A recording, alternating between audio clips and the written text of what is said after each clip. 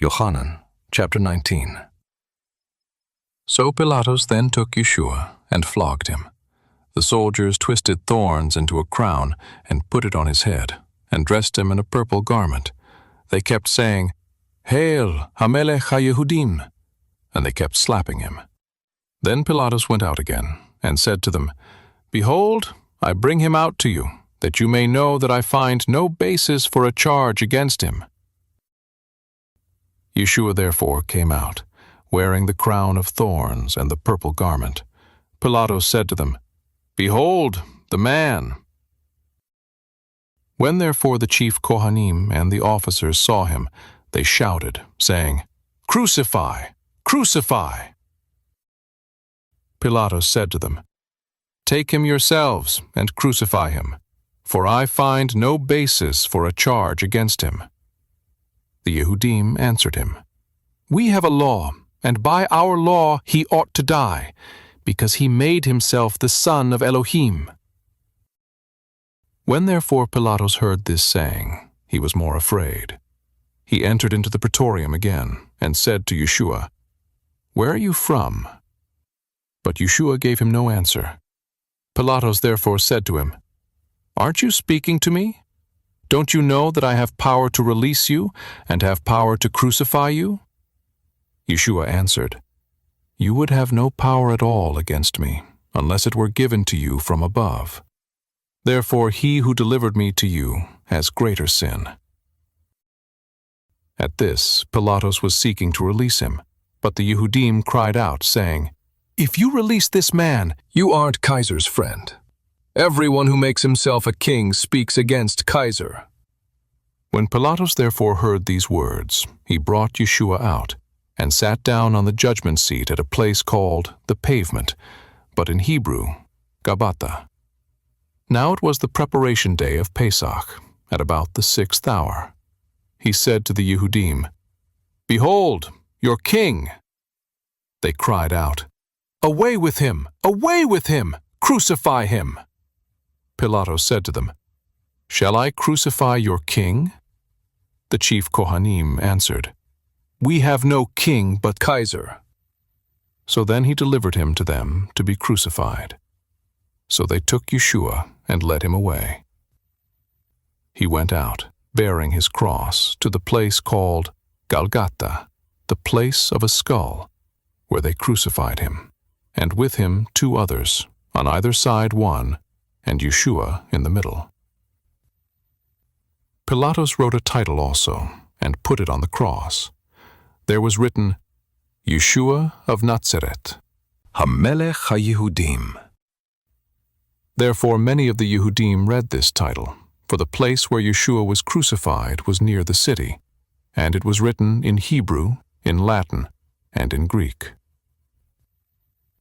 The chief Kohanim of the Yehudim therefore said to Pilatus, "Don't write HaMelech HaYehudim, but he said, I am HaMelech HaYehudim." Pilatus answered, "What I have written, I have written." Then the soldiers, when they had crucified Yeshua, took his garments and made 4 parts, to every soldier a part, and also the coat. Now the coat was without seam, woven from the top throughout. Then they said to one another, "Let's not tear it, but cast lots for it to decide whose it will be," that the Tanakh might be fulfilled, which says, "They parted my garments among them, for my cloak they cast lots." Therefore the soldiers did these things. But they were standing by the cross of Yeshua his mother, and his mother's sister, Miriam, the wife of Clopas, and Miriam Hamagdalite. Therefore when Yeshua saw his mother, and the Talmid whom he loved standing there, he said to his mother, "Woman, behold your son." Then he said to the Talmid, "Behold your mother." From that hour the Talmid took her to his own home. After this, Yeshua, seeing that all things were now finished, that the Tanakh might be fulfilled, said, "I am thirsty." Now a vessel full of vinegar was set there, so they put a sponge full of the vinegar on hyssop, and held it at his mouth. When Yeshua therefore had received the vinegar, he said, "It is finished." He bowed his head and gave up his Ruach. Therefore the Yehudim, because it was the day of Chametz, so that the bodies wouldn't remain on the cross on Shabbat, for that Shabbat was a special one, asked of Pilatus that their legs might be broken, and that they might be taken away. Therefore the soldiers came, and broke the legs of the first, and of the other who was crucified with him. But when they came to Yeshua, and saw that he was already dead, they didn't break his legs. However, one of the soldiers pierced his side with a spear, and immediately blood and water came out. He who has seen has testified, and his testimony is true. He knows that he tells the truth, that you may believe. For these things happened, that the Tanakh might be fulfilled. A bone of him will not be broken. Again the Tanakh says, "They will look on him whom they pierced." After these things, Yosef of Arimathea, being a Talmid of Yeshua, but secretly for fear of the Yehudim, asked of Pilatus that he might take away Yeshua's body. Pilatus gave him permission. He came, therefore, and took away his body.